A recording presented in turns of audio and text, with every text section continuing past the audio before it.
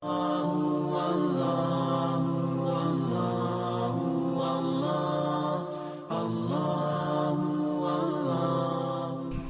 hiji jelema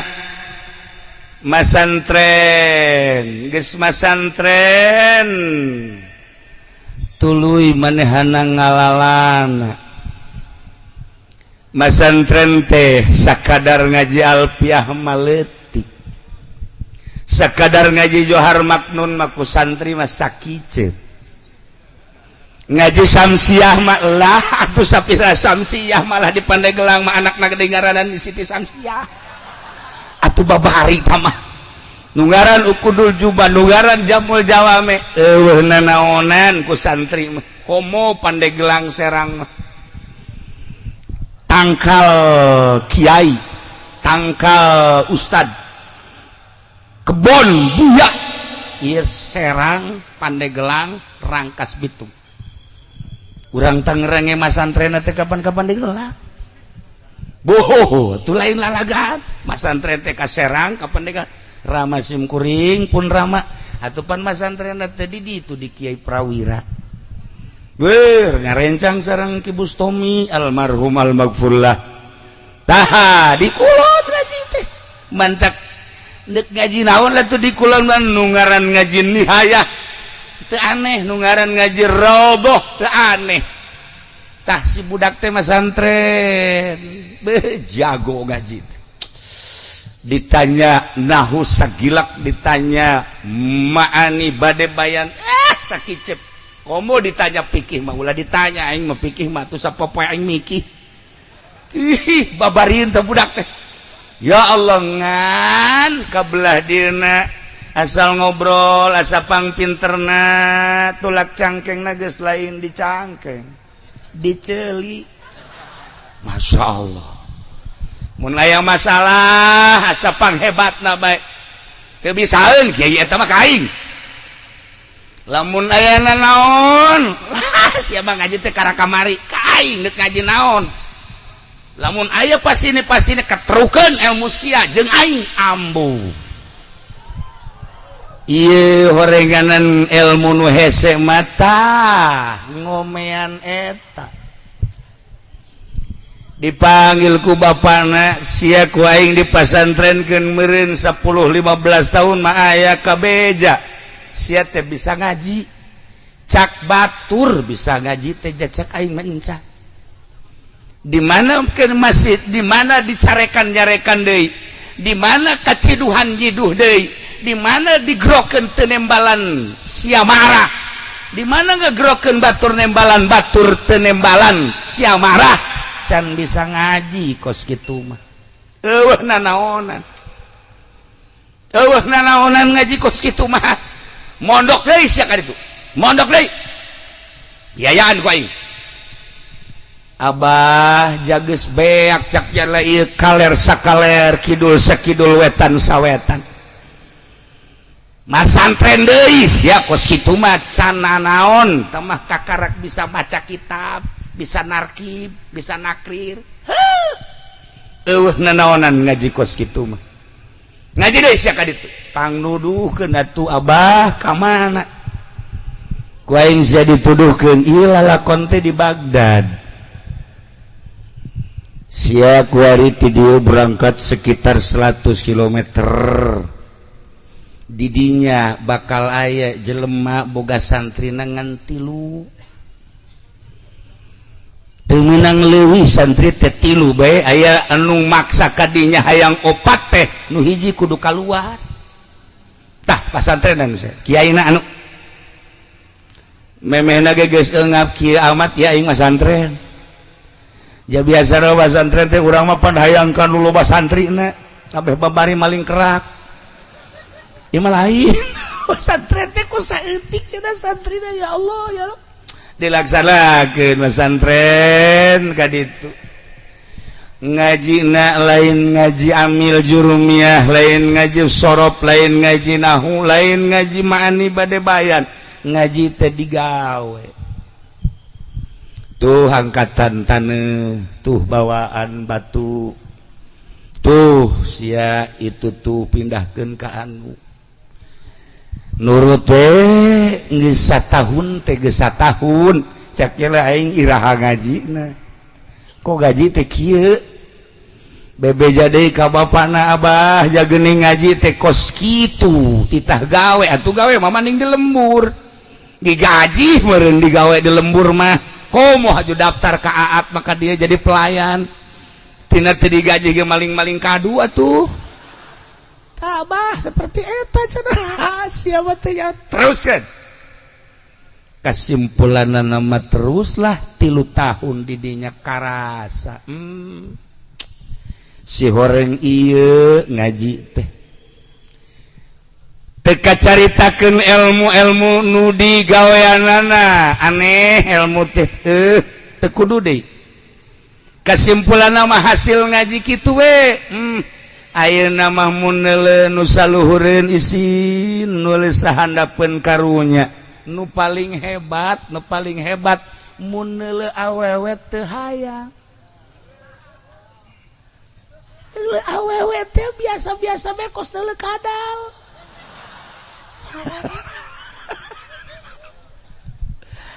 pan ari ieu mah dikiaikeun ku batur lamun aya nu ngiceupan jahe beuh komo si eta mah teu kudu dikiceupan ngiceupan sorang jeung deui nya mah lain awewe bae keboreuneuh ge dikiceupan brengsek ieu mah bajingan ki ato ulah disangka hebat kadeleuna kos kitu kos kiai sarua teu meunang manggih nu bahenol tah ieu hayang neuleuh awewe biasa-biasa bae bari teu ngarobah tina sikap kestabilan diri jeung kanormalan horeng aya elmuna nu mantap Tuan Syekh Abdul Qadir Luhur diangkat jadi wali kabelah dieuna Gus Dur diangkat jadi wali belah dieuna Habib Lutfi beuh nya kasep dinyana Habib dinyana pinter dinyana wawasan di manehanana pergaulan di manehanana endek saha awewe nu teresepeun atuh ka Habib Lutfi mah aya kabeh di manehanana haju loba di nu harayangan baik kalangan syarifah komo kalangan ahwal mah apa manehanana haju hayang henteu apa teu normal anakan kapan sih ieu mah nu kanyahoan me opat nu kanyahoan ku urang nu teu kanyahoan wallahu alam jajuri kabeh tah mah ilmu eta horeng nu hese teh Gusti Allah nu agung ayeuna geus karasa ya Allah neuleuh nu sugih biasa bae deuleuh pejabat biasa bae malah mun deuleuh polisi teh karunya sia teh bakal ka sorga apa ka neraka hirup kos kikituan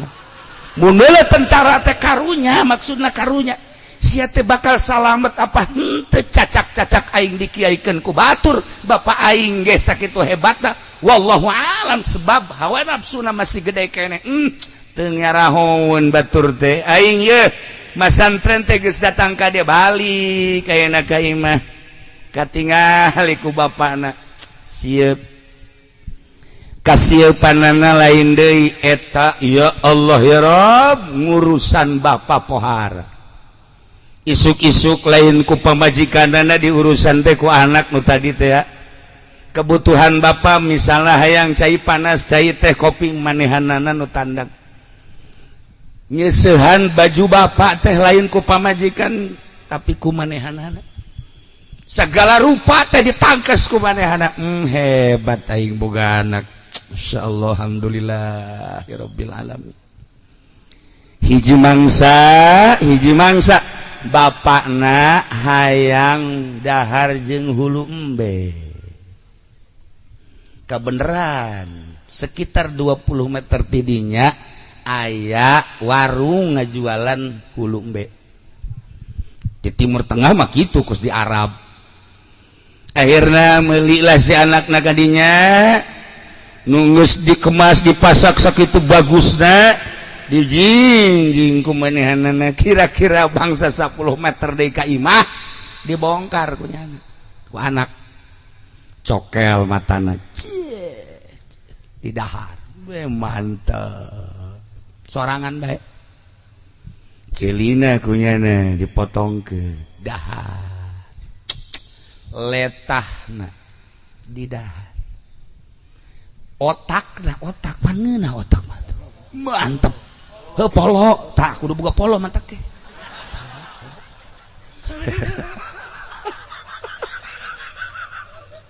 polo na ya Allah di dahar kene masya Allah geus eueuh nanaonan dibawa ku yada ka imahna bah ya hulumbe alhamdulillah dibuka ku abah na kaget ayeuna matana ka mana pecak bah matana bah embena pecak ai ceulina embena torek bah ai letana ge eueuh tah eueuhan bisu bah embena bah gagu dibuka ku jana aja polo lagi eueuh ieu nya eta tuh bah cenah bedana teh embena teh keur hirupna teh botak eueuh nanaon cak bapana tuh balikeun deui ka ditu balikeun ayeuna ka dahar naon balikeun ka ditu bah perjanjian anu boga warung di mana barang geus dibeli cacat sakumaha cacat dage tidak bisa dikembalikan deh atuh sia bodoh amat wallahu alam kula nu bodoh atawa tukang warung atau bapak nu bodoh sia masih ieu kumaha ieu aing ieu hayang hulu embe ku sia dibere hulu embe ku ti dituna kieu bah meureun kieu maksudna mah bahai kolot mah meureun wasok ngadahar barang nu bagus-bagus geus be keuna anak bah meureun ngadahar nu ngeunah kolot malah atuh cukup we tulangna goblok sia ka aing sok kumaha naon meureun kitu bah ja meureun aya babasaan kolot mah lamun boga anak ngeunah tapi anak mah mun boga beuh kolot nyang carung kolot mah lamun boga anak teh tah jeung sia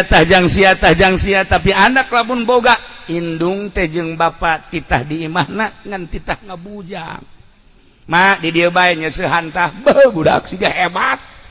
abah di dieu bae nya jeung kula tah atuh paculan-paculan sisi imah goblok henteu coba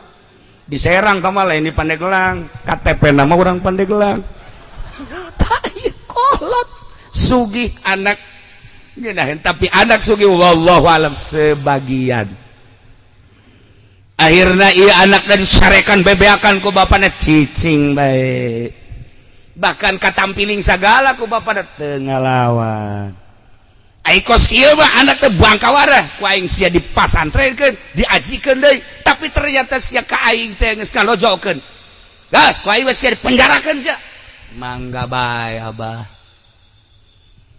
akhirna dipanggil hakim sageusna dipanggil hakim cak hakim aya naon bapak anak bangkawarah ngahina kukula geus diselidik ka tukang embe na ternyata di ditu nama bagus tapi ka abah behak ujana kabeh ieu mah lain masalah dagingna lain masalah nanona tapi masalah penghinaan anak kakolot penjarakeun akhirna si hakim teh keke tanya heula maningan ge proses ulah main penjara bae proses heula geus di imah bae prosesna ulah kudu di kejaksaan mangga proses coba ceng ai maneh saha ngaran abdi abid ai maneh ieu lalakon hirup kumaha mimitin abdi di pasantrenkeun alhamdulillah malah nambah deui abdi masantren teh ari ieu titah meuli hulu embe haju kunaon ku aceng di daharan kieu abdi teh boga amanat ti guru abdi hasil masantren menang nitah abah masantren teh hiji eta mata teh ku abdi teh dicokel teh maksudna ngaisyarahan mata abah teh ulah jelalatan bae sebab abah mah geus kolot ge teu meunang manggih nu eplok cendol Pak Hakim asal anu pinarepna gede bae haju ngabanding-bandingnya dunia imah asana ieu mah lain deui ieu mah rada gedean ieu tah pikiranna kitu bae tah nu badak abdi menang isyarat ti guru abdi cokel matana memeh nyokel mata abah jeung memeh mata abah dicokel di akhirat mending diisarahan ku nyokel hulu embe cak bapana luhur ilmu siata iya aya eta ceuli pan Abah masa popoe teh ngadengekeun dengan gitar bejeng suling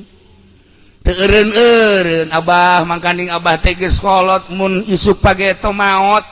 meureun teh ceuli bakal diproses di jero kubur teh ieu teh 24 jam teh dipake sare sabaraha jam dipake ngadengekeun naon sapopoena sedengkeun umur teh meureun 50 60 70 tahun ieu bakal kumaha teh ceuli cak guru abdi ceuli sing hade torekan lumantek ku abdi diisarahan ieu ceuli embe teh dipotongkeun abeh Abah ulah terlalu ngadengekeun permaksiatan cak bapana luhur oge teh sia tah ilmu teh tah pandang bapak eta letah diadu-adukeun kiai jeung kiai ngadu usum pilpres terepeh nu jadi presiden jeung nu jadi wakil geus beres kiai jeung kiai anu can sasalaman gara-gara letah polisi jeung TNI terepeh nu jadi presidenna al mulya nu mulya Bapak Presiden Jokowi dihandap can sasalaman aya anu masyarakat ustad jeung muridna ngancam mun sia teu milih nomor hiji moal di aku jadi murid sia ku aing si itu da geus jadi presiden si ieu na can sasalaman letah Ndeu kumaha ieu lalakona ndeu kumaha batur anu jeuk jadi inohong batur anu ndek jadi presiden batur luk jadi wakil urang nu ribut dibere sabaraha duit sih sebenarnya mah Haji Pendi kamari 4 juta ka neraka ya Allah rugi amat ya Allah ai batur ka neraka ge mobil batur jabatan ai 4 juta Gusti geus ulah milu balik jeung aing sia teu hayang aing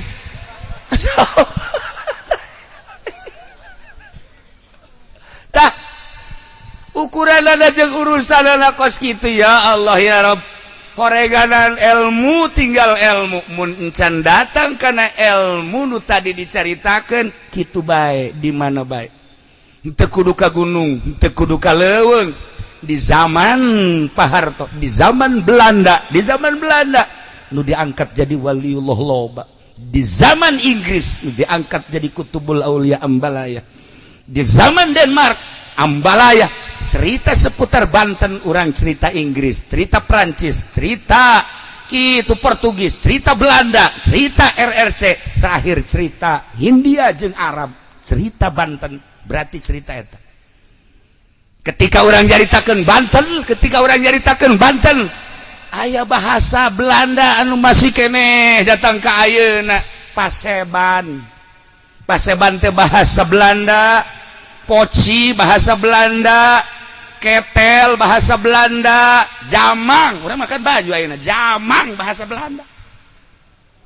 nah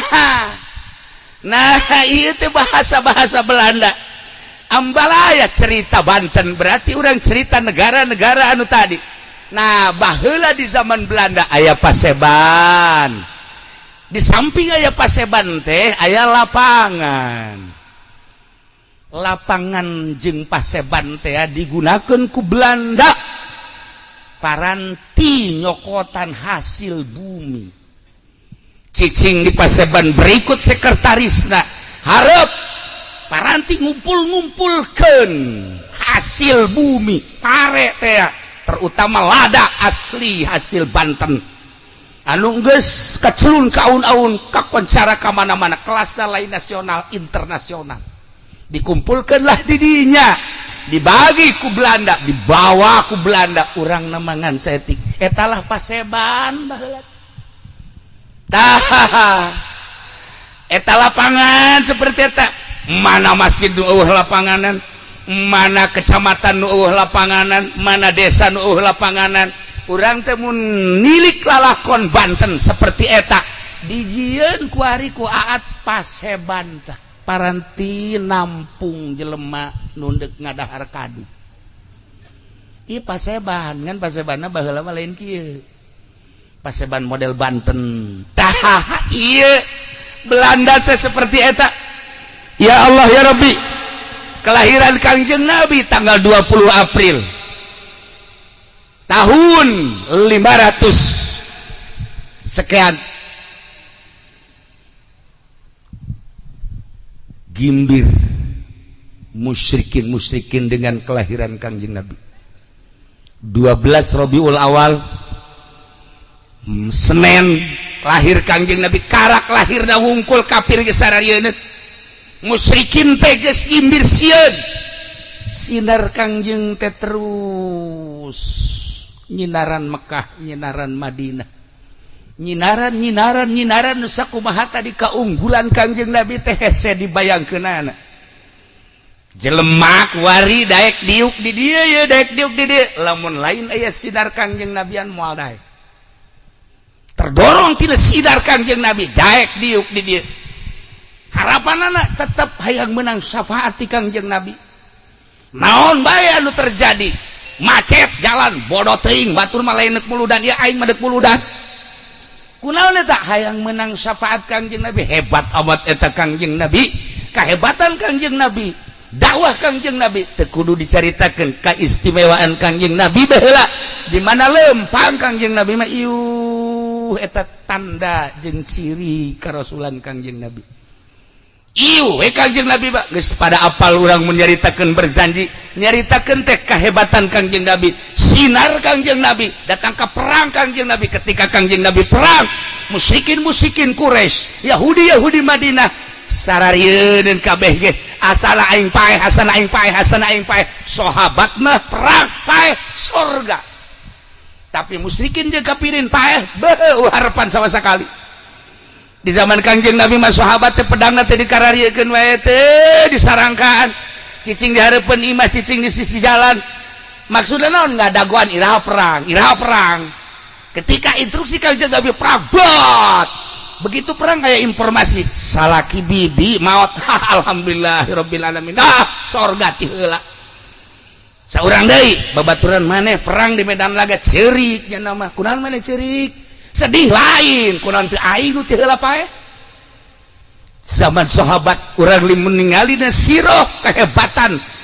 himmahna dina li'ilai kalimatillah seperti eta pahayang-hayang perang teh embung katinggaleun paeh teh ngeunaheun rarasanana ka surga ti heula gimbir perjuangan Kangjeng Nabi teh seperti eta diteruskeun perjuangan Kangjeng Nabi ku sahabat teruskeun ku para tabiin teruskeun atba tabiin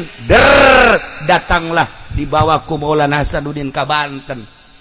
diperjuangkan ku Maulana Hasanuddin lanjutkan ku Syekh Maulana Yusuf nyieun masjid Syekh Maulana Yusuf di Banten teh diteruskan ku putrana sampai ka Mafahir sampaikan ka Syekh Muhammad kabelah dieuna diteruskan ai eta ku Abuya Abdul Halim eta teh sinar Kangjeng Nabi nu diteruskan di urang ari eta ku Abuya Cidahu guru urang sararea ari eta ku Mama Sanja ai eta ku Ki Bustomi ai eta ku Ki Prawira ai eta ku saantero kiai eta teh sinar Kangjeng Nabi anu terus umalandang Banten boga sejarah lain sakadar di Banten tapi di dunia mun urang nyaritakeun sejarah Banten teh kajawaraanana Banten sadunya ulah sabanten lain sabanten kula geus carita tadi cerita Banten cerita Inggris cerita Banten cerita Portugis cerita Banten cerita di Denmark cerita Banten cerita Belanda cerita Banten cerita Arab cerita Banten cerita India cerita Banten cerita Cina Masya Allah pergerakan Syekh Maulana Hasanuddin berhasil ya Allah ya Rabb anu nurut ka Syekh Maulana Hasanuddin jadilah nuturkeun Syekh Maulana Hasanuddin di Banten lama aya sebagian masyarakat Banten anu henteu manut ka Syekh Maulana Hasanuddin berangkat jana ke selatan jadilah Baduy nah lamun urang neule udeng-udeng aat Baduy asana ieu mah ilmu Baduy ya tah ieu Baduy mah nu teu nurut ya Allah ya Rabb lamun urang nyaritakeun seputar Banten saha nu teu kataji utusan Demak ka dieu diutus melalui Syekh Syarif Hidayatullah diutus ka dieu Syekh Maulana Hasanuddin bergerak jangan nanjarkeun agama Allah di Banten teh ieu teh lain semata-mata utusan aranjeunana utusan Kangjeng Nabi Muhammad sallallahu alaihi wasallam datang ke ayeuna masih keleh kanjing Nabi teh terus bergerak melalui ahli-ahli Allah, melalui kiai-kiai nu di jero qalbuna aya ikhlasan. Luhur agama Allah dicekel ku jelema nu ikhlas, luhur agama Islam dicekel ku jelema nu teu hayang ieu jeung itu hiji be agama. Luhur agama Allah lamun teu ngalirik kana dunya, kana jabatan, teu ngalirik kana naon, hiji be Allah jeung Rasulullah Muhammad sallallahu alaihi wasallam. Mudah-mudahan urang kabehan hadirna di dieu teh disaksian ku Kangjeng Nabi Muhammad sallallahu alaihi wasallam, nu disaksian ku Kangjeng di akhirat urang dibere syafaat. Sakitu kan harapan urang. Nah, etalah tadi lalakon teh cak bapana tadi da babana teh ku aing teh di penjarakeun. Ternyata horeng pinuh ku isyarah nang abah teh abdi teh kikituan teh melalui guru abdi. Nah iyalah bah satungtung mata masih keneh dedelean nu ieu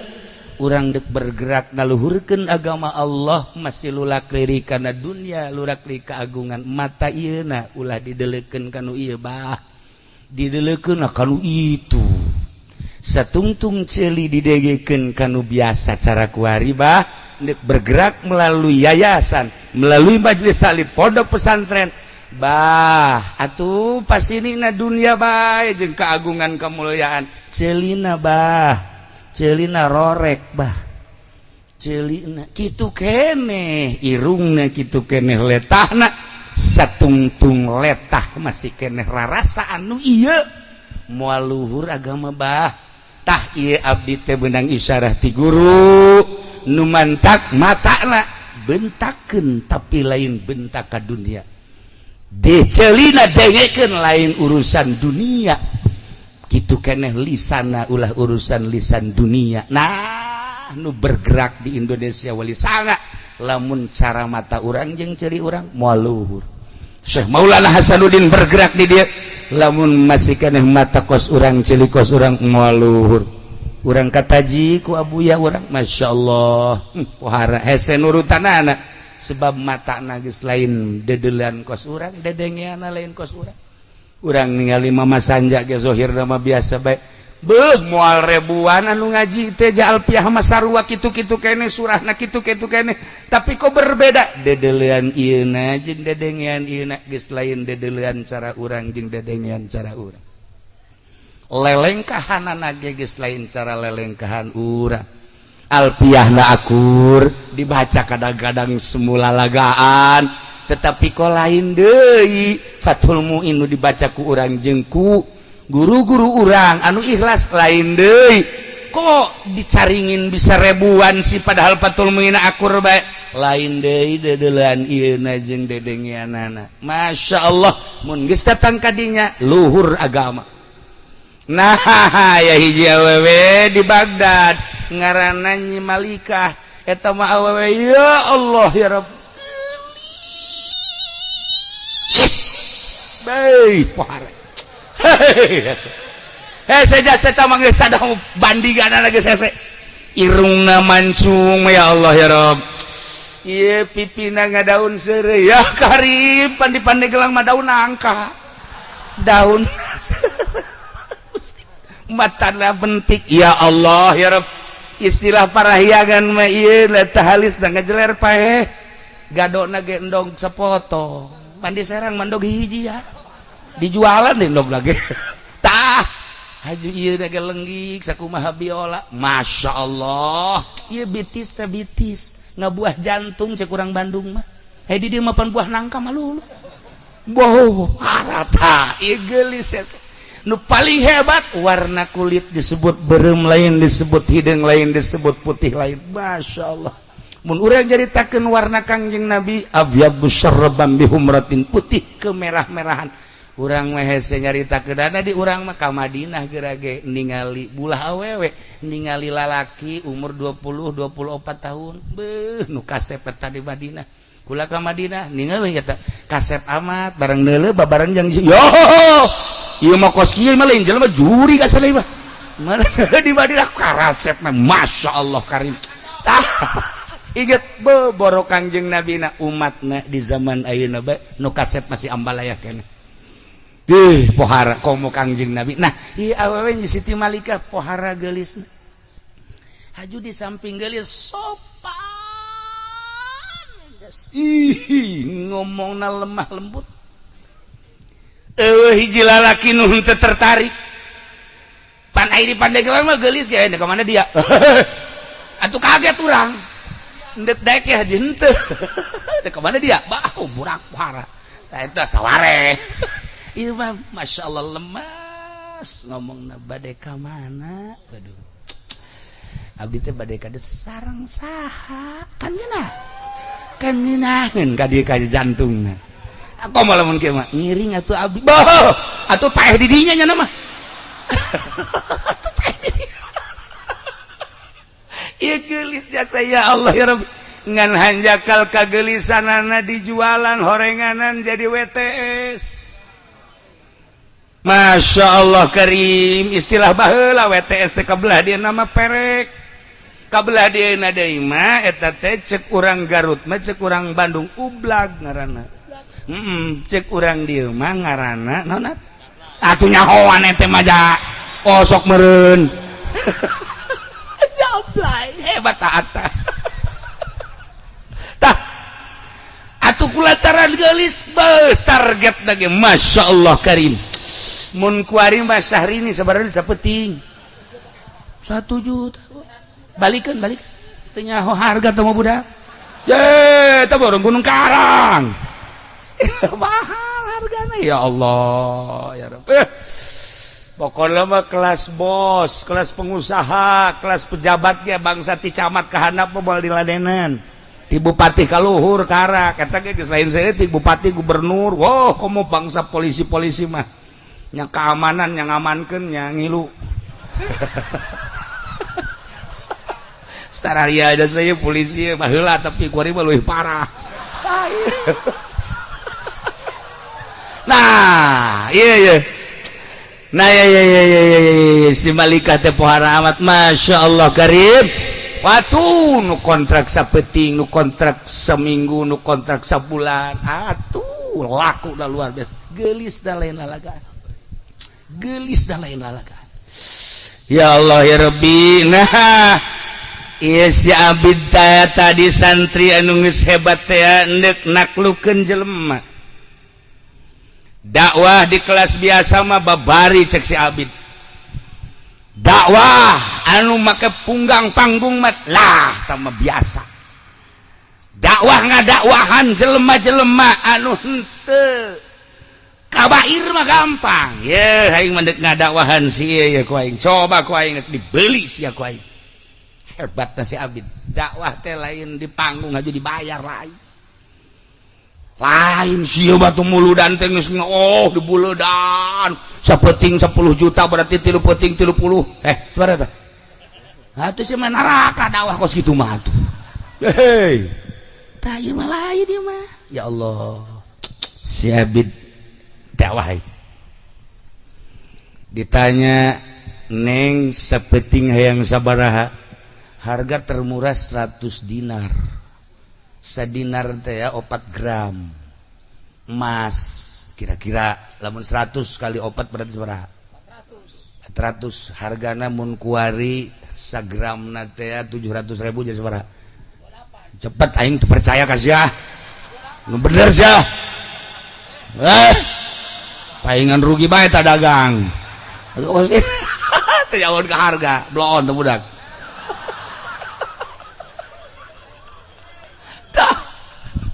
ya Allah ya Rabb dibeli cek si abid beli nyahueun nyana bahwa eta teh santri nyahueun si Malikah teh bahwa eta teh ustad kok daek meuli ustad akhir zaman mah kieu meureun ye iya geus di kolektif we kunyana wah berarti kiai akhir zaman mah kos kieu ye wah mantep ya akhirna siap beli dibawa ke tempatna datang ke kamar ngerokok heula nginum api-api minuman keras padahal mah kos kieu we ieu teh aqua dihebat-hebat tetep we cai tiis cai gentong itu tah beres langsung malikah bubuka mimiti buka bajuna katembong rembai buluna mulai sebalik kata si Abid gewe heula ngarokok teh pemanasan heula training mulai ya ngadegetan yes, ai dicekel mah dicekel biasa sukuna terus pencetan ka dieu tuh langsung BH-na dibuka insyaallah si Abid gewe si Abid deh insyaallah ieu kieu meureun lalakuan teh batur teh nya cek hatena lalaguanna teh kieu meureun batur teh cek malikah Pak mau sekarang udah buka nih nanti dulu apemnya jangan dulu dibuka sebentar lagi atuh ieu mah geus kudu dicaritakeun noh numbungeun ge ditatarik atuh ditatarik teh kos kitu masyaallah pernah embereuneuh kuyana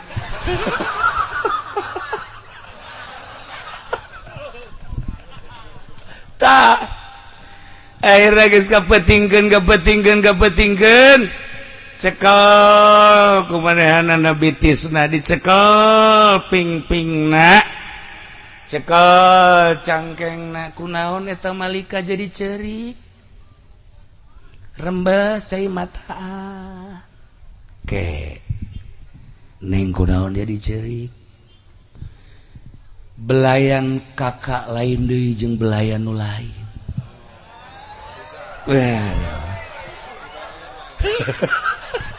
emang kumaha gitu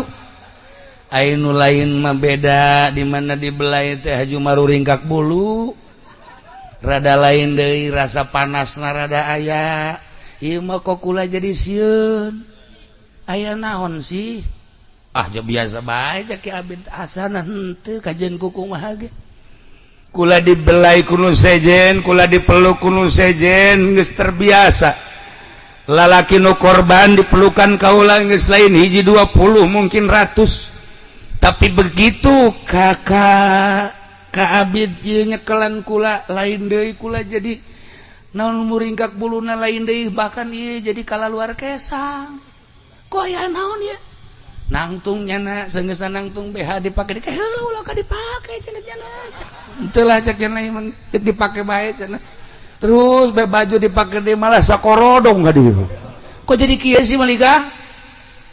kula mah jadikeun pamajikan bae pat kula mah geus endeuk-endeusan jadi jablaina hayang jadi pamajikan Abid iya tuh nanaonan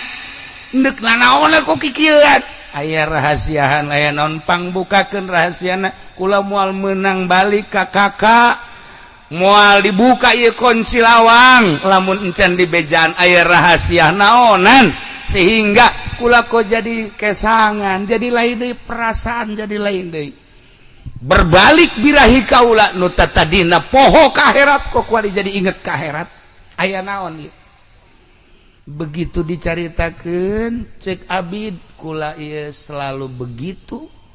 ngadenge anjeun terus bae dihajar maca sholawat bae terus kula berangkat teh deuk ngadakwahan anjeun maca sholawat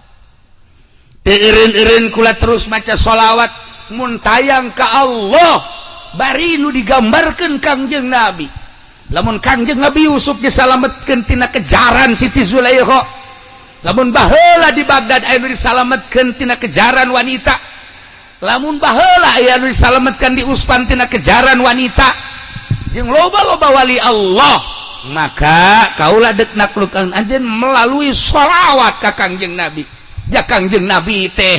ditinggaliana lain teh cara urang maka kula nyambat ka Kangjeng Nabi melalui maca sholawat coba kukula dek diragapkeun ieu hasil sholawat kaula ka awak anjeun paingat cek balik ulah manggeus bae ieu mah embung ke kumaha ge hayang dikawin bae ye kumanya kula ngawin kos kitu ye awe nu sejen lo bade gratis sakieu atuh gratis ge emang aat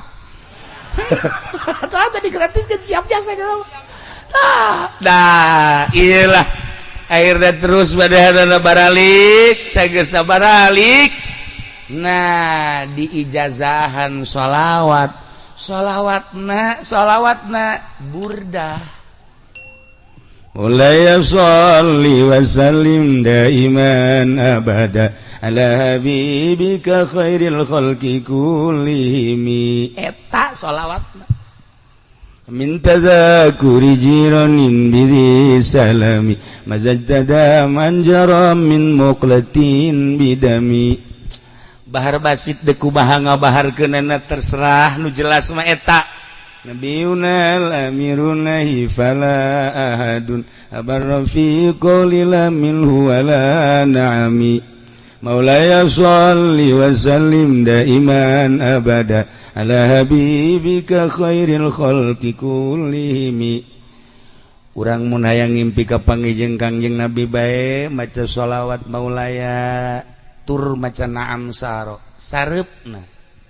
na'am saro taifu manna wa farqani wal hubu ya taridul ladzati bil alami maulaya sholli wa sallim daiman abada ala habibika khairil khalqi kullihim ngan syaratna hiji boga wudu dua hadiah heula ka Imam Busiri tilu hadiah heula ka Al-Mujiz dunga ijazah keunana tilu macana make bahar basit opat tambahan make maulaya nomor kalimana kudu ngarti kana maknana nomor kagenepna dibacana sareupna insyaallah sok gerage urang cinta ka Kangjeng Nabi bandingkeun ka cinta urang jeung ka mobil cinta ka Kangjeng Nabi gedean mana Kangjeng Nabi urang jeung motor urang cinta ka Kangjeng Nabi gedean mana Nabi urang jeung jabatan urang cinta ka Kangjeng Nabi gedean mana jeung keagungan cinta ka Kangjeng Nabi jeung sawah gedean mana ieu Kangjeng Nabi nu aya di kolbu urang urang cinta ka Kangjeng Nabi hayang syafaatna gedean mana Kangjeng Nabi nu aya di hate urang jeung ruko urang Masya Allah Karim mun dibandingkan seperti itu seperti eta tanya diri orang datang ke mana atuh cinta orang ke Kangjeng Nabi teh ja urang mah atuh pohara jasa motor mah dibelaan ku urang Kangjeng Nabi mah dah henteu mobil mah dibelaan ku urang Kangjeng Nabi mah diapilainkeun ku urang sawah mah dibelaan ku urang Kangjeng Nabi mah dibiasakeun bae ndek kumaha tuh perjuangan urang ngajungjungkeun kacinta urang ka Kangjeng Nabi melalui naon atuh melalui naon jadi banding-banding teh geuninganan ngan sakadar aya ngaranna we Kangjeng Nabi teh dina kolbu urang ai perjuanganna mah da eueuh gulak-gilak urang teh atuh kamari ieu masantren bisa ngaji alhamdulillah boga santri 10 istiqomah jang ka akhirat teh luar biasa lantaran kabitah yang kabeli motor jeung mobil ngagilek jadi yayasan eta mah di Tangerang di dia mah henteu di dia mah henteu beda tuh dek kumaha Kangjeng Nabi dek di mana kitulah para jamaah kaum muslimin wal muslimat rahimakumullah lamun urang nyaritakeun Kangjeng Nabi hese teh kumaha hese ieu hayang ngabuktikeun agungna Kangjeng Nabi cara sahabat Kangjeng Nabi nyarita la yu'minu ahadukum hatta akuna ahabba ilaihi min nafsi wa min ahlihi wa min malihi wa minan nasi ajma'in dibuktikeun ku Siti Nusaibah aya hiji sahabat awewe ngaranna Nusaibah bin Ka'ab boga salaki ngaranna Said tenang di dapurnya na Saidna keur hese nginahin jasa jadi sahabatnya nungguan perang kadenge rombongan sahabat bleg kadenge rombongan kafir dag Siti Nusaibah kaget pasti ieu peperangan kajen kukumaha ge ieu teh peperangan kajen kukumaha ge dihudangkeun perang Uhud ka kasalakin akhirnya rombongan kafir geus berangkat ternyata deuk merangan muslimin Muhammad jeung sahabatna kurinjal bae hudang kunaon lain aing cek nya nu ngadenge endahan sia aduh tinggalin aing gegeran make baju kere berangkat naik kana kuda set tinggalin pedangna diangsongkeun ku pamajikanna cek Siti Nusaibah ka ieu pedang ulah waka pulang lamun can menang ka berangkat ka doakan ya berangkat lapor ka Kangjeng Nabi cek Kangjeng Nabi berangkat siakan perang perang Uhud gugurnya na di Medan Laga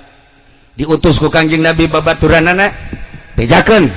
ka pamajikanana gugur kitu di Medan Laga datang waalaikumsalam aya naon kabar naon salaki gugurnya alhamdulillahirabbil alamin kok alhamdulillah neng geus ti heula ka sorga kula pasti kaajak ya kan gas gara balik deui ka ditu kieu besi Siti Nusaibah kadeuleu ku anakna ngaranna Amar mak kunaon ngalamun abah maneh gugur di Medan Laga syahid amma mah ye emak bungah jasa emak mah aju kok ngalamun eueuh deui kirimkeuneun ka ditu ieu saha nu kudu dikirimkeun jangan luhurkeun agama Allah cak Amar abdi mah umurna 15 tahun siap-siap ka ditu lain siap-siap deh masyaallah ieu anak emak caknya doakeun mah berangkat jana masyaallah mana seserian we masyaallah cak lain anak aing ngaran Amar persis bapana amat persis aat ngalah ka Arif ieu mah bau perkaduanana bau hebat tamat ieu mah geus nah ieu peperangan dah berangkat lapor ka Kangjeng Nabi Amar mana ieu geus aya izin ti ibu justru ieu teh kula teh meunang izin ti ibu sok perang berangkat das gugur deui di Medan Laga bejakeun cak Kangjeng Nabi ka mana ka ditu bejakeun deui aya naon Amar gugurnya alhamdulillahirabbil alamin abahna jeung anakna geus aya di sorga ngalamun nya na kieu be kapanggih deui ku Saad anak nu pangbungsuna umurna 12 tahun cek Saad mah kok ngalamun sih lain ngalamun sedih mama naon tuh eueuh kirimkeuneun jang perang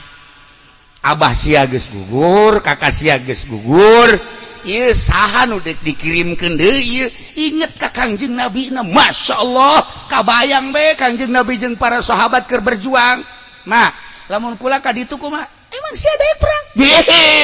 atuh lamun abah ka sorga kakak ka sorga manja kula kudu tinggalin ka sorga ayo berangkat ka ditu berangkat umur 12 tahun berangkat menghadap ka Kangjeng Nabi aya naon maneh Saad kula ieu deuk siap awak kula dek dipake berjuang maneh mah budak ajeun asal aya izin bae ti tuan emak kula geus izin ayo guys berangkat ke Medan Laga wah luar biasa kancolahna di Medan Laga tapi didelekeun bae kan ku musyrikin ku Yahudi sia budak leutik dihajar sia ku aing bener bae dihajar itu kang ceger saat gugur di Medan Laga bejakeun deui ka mana Nusaibah saat gugur abahna di sorga anak sulung di sorga nu kadua di sorga nu katilu geus pea kabeh cakna di sorga kabeh ieu dah tinggal aing kuda dikaluarkeun deui set nyana make baju kere awewe naik kuda berangkat lapor ka Kangjeng Nabi ya Tuhan ieu bakal pamajikan saya bener neuk ka mana milu perang kula awewe mah teh kudu bilang ka Medan Laga ka ditu cicing we di dieu ngurusan teu abdi mah hayang perang bae kajen gugu mah ge izin bae ti tuan atuh mangga bae indek mah berangkatlah perang kancolahna di Medan Laga ngaluhurkeun agama Allah nu kadeuleu teh Kangjeng Nabi jeung para sahabat keur ngaluhurkeun agama Allah beak kahajar ku pedang beak ieu na leungeunna potong ieu na potong sukuna potong beak kabeh beres perang Kangjeng Nabi ningali Said Amar Saad jeung mana rep di luhur mendung anu pohara sigarek hujan Kangjeng Nabi nanya ka sahabat anjeun apal henteu itu di luhur teh reuk muhun itu di luhur teh mega muhun katingali kumaha mega eta teh seluruh malaikat salangit ngalayan ka mayit nu ieu kulantaran hatena eueuh deui nu dipakekan cinta iwal ti kaula kula ngucapkeun la yu'minu ahadukum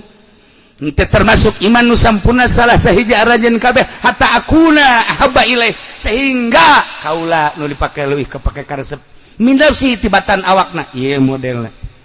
min malhi tibatan hartana tah ieu modelna min ahli tibatan ahlina tah ieu modelna minan nasi ajmain tah ieu modelna dilayadna geus lain ku gubernur dilayadna geus lain ku raja dilayadna geus lain ku bupati komo ku polisi mamun bisa mah urang paeh ulah dilayad ku nyana ku tentara kitu keneh lah nanaonan maca sholawat moal aja ulah kitu cenah kiai hai nya nana maca sholawat tuh masalah ngan beusi urang datang ka dinya mawan nyup priwit bae kitu nah atuh loba polisi ge nu hebat hai nu hebat tuh masalah tah iyalah dilayadna ku malaikat salangit nu ngomongna Kangjeng Nabi Muhammad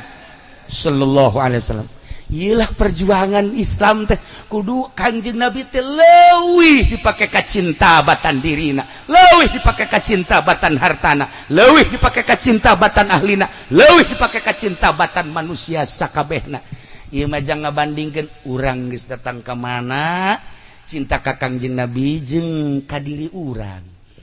itu Sidina Umar ya Sidina Umar teh Sidina Abu Bakar kabehan ngobrol jeung Kangjeng sehingga ngobrol ya urang Arab nu rada jauh Baduy Kangjeng Nabi nyaritakeun sorga Kangjeng Nabi nyaritakeun neraka careureut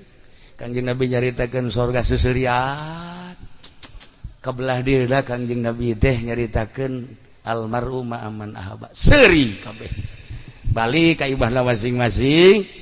nu urang Arab Baduy teh caritakeun ka keluargana carita neraka asa di neraka jeung Kangjeng mah carita sorga asa di sorga jeung Kangjeng mah tapi urang indah da cenah jeung Kangjeng mah engke ye bakal dibarengkeun jeung dipake ka cinta urang pan cinta susurian jeung keluarga isuk susurian deui 3 poe nyana ngarasa munafik loba susurian kapanggih jeung Sina Abu Bakar Abu Bakar kula mah munafik kunaon asana ibadah teu sabaraha tapi asa di ka sorga bae munafik asa deui kula ge sarua cek Abu Bakar asa aya bae ta bahasa Kangjeng Nabi heuh bebejalah ka Kangjeng Nabi sagesa bebeja ka Kangjeng Nabi cek Kangjeng Nabi bagus masalah cek eta urang Arab teh cek urang Arab abdi mah nyaritakeun sorga asa sorga nyaritakeun neraka asa neraka ieu teh kieu nu paling dipake ka resep bahasa Gusti almarhum aman ahaba Jol Sidina Umar cek Sidina Umar teh cek Kangjeng Nabi Umar aya maneh cinta ka kaula atuh lain cinta deui cintaan ka saha maneh jeung ka kaula kula mah aya sajen mah bus ka katuan we ngan ka awak kula mah cintaan ka kaula lah cek Kangjeng Nabi kos kitu mah neraka cek Sidina Umar cintaan katuan awak kula mah pokoknya diwakafkeun jang tuan tah lamun kitu sorga mun kitu sorga nah kieu Umar ieu cak Kangjeng Nabi almarhum ma'aman ahaba jelema dibarengkeun jeung nu pake karesepna kula alhamdulillah ngan cek Sidina Umar sakieu ayana ja kula mah Abu Bakar kitu urang Arab kitu tenang cek Kangjeng Nabi saha sih manusia nu teu berdosa kabeh ge aya lain rasul jeung nabi mah berdosa bae ngan engke di akhirat ketika ieu jelema diwilah-wilah melalui bendera siqal ladzina taqaw ila jannati subara hatta idza jaa wasiqal ladzina taqaw bakal digiringkeun jelema nu takwa ila jannati subara ka sorga wilah rombongan aya bandera PDI aya bandera Golkar aya bandera PKB aya ya mantep deh itu mah tah eta mah ka neraka kabeh sok sia ayo sia ulah beagan bandera Golkar di akhirat mah aya ge bandera Siddiq bandera jihad bandera adil 9 bendera nu dibikeunan ku Kangjeng Nabi ka pemimpin nah cak Kangjeng Nabi ulah sieun kula bakal aya di dinya saha jelema nu cinta ka kaula sanajan dosana loba engke ku kaula digerokeun ka dieu ditimbang amal salat bagus puasa bagus barang ditimbang ka dieu bohong aya nipu aya pan sieun mah terus bae pokoknya harus lah neangan kabeneran dinya hese geus ngampleh ge cek malaikat balangkeun bae kitu ka sore pannyana cinta ka Kangjeng Nabi Kangjeng Nabi na aya ieu si Pepen kan aya ka dieu tetep ke milunya di tukangnya gitu sugan teragak bae maneh mah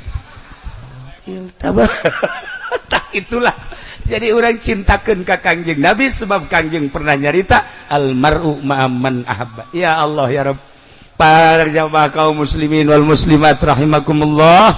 tadi caritaan nomor kahijina Kangjeng Nabi teh kamulyaanana jadi langit jadi bumi mun ditulis make mangsina laut make penahna tatangkalan moal anggeus jartakeun kasampurnaan Kangjeng Nabi kasampurnaan Kangjeng Nabi teh urang cinta ka Kangjeng Nabi tembongkeun cinta urang melalui sedekah panjang mun aya cerita tentang sedekahna shalawatna bae ka Kangjeng Nabi salah sahiji jelema anu ngadawamkeun shalawat abid tadi WTS bae ge WTS luluh ku shalawat dina burdah lamun urang nyaritakeun burdah maca shalawat urang babarengan jeung para zolimin jeung para pemerintah anu ka urang suuzon baca shalawat aya hiji shalawat baca eta moal kumaha pamarentah bakal ngahormat lantaran naon kadeuleuna urang lain urang tapi Kangjeng Nabi Muhammad sallallahu alaihi wasallam kukula geus dicaritakeun sakumaha tadi horeng Kangjeng Nabi teh perjuanganna luar biasa dibuktikan ku Siti Suwaidah urang Banten teh ahli perjuangan jawara ngaranna geus datang ka mana mun dibandingkeun jeung eta urang ngajawara teh ngaluhurkeun agama Allah geus datang ka mana nah kula tahun anu silam kitu memeh pilpres ziarah ke Habib Lutfi 5 mobil ieu marilu kabeh 5 mobil adik-adik kula keluarga milu kabeh ngobrol hangat aduh luar biasa jeung Habib Lutfi balikna dibere oleh-oleh kadu 2 dus atau 3 dus cek Habib Lutfi kiai sini nanti di rest area harap berhenti semua ini harus dimakan ya makasih Beb berangkat sampailah di rest area dibuka eueuh nu mislek kadu bagus kabeh eueuh nu goreng Habib Lutfina di Pekalongan tapi meuli kadu lain di Pekalongan di tempat kaduna di paranti ukiran teh naon Jepara teh kira-kira Habib Lutfi dek ngaberkatan kula lain sia cuma sakasia bae kan Habib Lutfi keberkatan naon atuh kesusu eta mah berangkat meuli di Jeparan bagus nomor hiji datang ke rest area dibuka kula mah ngadahar hiji mikir aya Habib Lutfi mere kadu naon maknana ai sia tah mah teu ngarti mana atuh mimiti lisila haju cingogo haju kikituan beak sabaraha meureun atuh genderowo kadu tah mah masyaallah sarua kabeh lu mikir ieu teh maknana naon kadu teh ya Allah ya Rabb kula mamikiran aya Habib Lutfi teh teu sawajarna mere kadu aya naon maknana dibongkaran unggal kitab can kaharti aya kitab Imam Jalaluddin Rumi dibuka ku kula kula seuseurean bae bisa ditakbir luar adalah syariat antara jero jeung luar toriko jerona adalah hakikat hiji nomor kedua luar adalah ulama nomor kedua ulama zohir tapi anu berjuang nomor katilu ulama hakikat terakhir uraian Imam Jalaluddin Rumi luar eta adalah pemerintah antara luar jeung jero ulama nu di jerona adalah ulama hakikat kata haji kukula dibukaanlah kukula uraian Imam Jalaluddin Rumi dina kitabna pas kula alhamdulillah zarah ka Turki meuli kitab di ditu hese dibacana barang kagowar aya horenganan hayang sengit tekos kadu kudu melalui cucuk heula panjang tambah dongeng nu paling ngeri adalah cucuk eta pemerintah antara cucuk jeung jero eta adalah ulama nu deket jeung pemerintah di jerona nu sengit ulama nu jauh jeung pemerintah tah iyalah kadu dibukaan antara makna-makna nu tilu teh naon dia teh cucuk ya Karim horenganan geus setengah 11 pelebah kaduna moal kabongkar ieu mah ieu setengah teu karasa ieu kaduna boh parah ieu Habib Lutfi ku pinter tah Habib Lutfi mere kadu tidinya kukula teh terus we dibulak-balik eta kitab kadu teh kos kitu mantap mantap kaharti urayan seorang kutubul aulia Imam Jalaluddin Rumi tentang kadu hebat amat eta Habib Lutfi mere oleh-oleh teh kadu mantap kukula mun dicaritakeun seputar pilpres tahun sebelum pilpres hubungan kula jeung Habib Lutfi luar biasa ratna tetapi kadeleuna kos nu akur kos nu beda kos nu akur kos nu beda eueuh masalah sampai pertemuan terakhir menjelang kabekah nyana meluk kula seserian bahkan loba amanat dan amanat iyalah karena kula memahami tina kadu horeng lain sakadu-kadunaat horenganan Haji Arif lumantak hebat lain bae di Pandeglang ieu teh suara Haji Arif teh lain bae di Serang lain Serang lain bae di Pulau Jawa ngaran Haji Arif teh di Jambi Jambi di Sulawesi Sulawesi di Malaysia Malaysia horenganan kaapikanana lain deui beuh Haji Arif mah anti lamun aya kadu nu pertama ragag dicokot anti milik maung Haji Arif teh ieu mantak hebat ngaran ka mana-mana teh atuh ngabogaan elmuna ai si eta mangorake dah di orag teh tuh Haji Arif mah Masya Allah kadu nu pertama ieu adalah ulah didahar ulah dicokot milik maung Haji Arif kumaha ieu jaan geus eueuh maungna atuh aya maungna marake kopeah ku mah tah anggap maung we da ieu ge lain deuk mulu dan ka dieu teh deuk ngarorowot ben sabenerna kita teh geus gular-giler we gular-giler urang mah mikiran takziman wa takriman ka Kangjeng Nabi nya nama lain geus kieu nu mana ye atuh emang ieu mah kos kitu genderuwo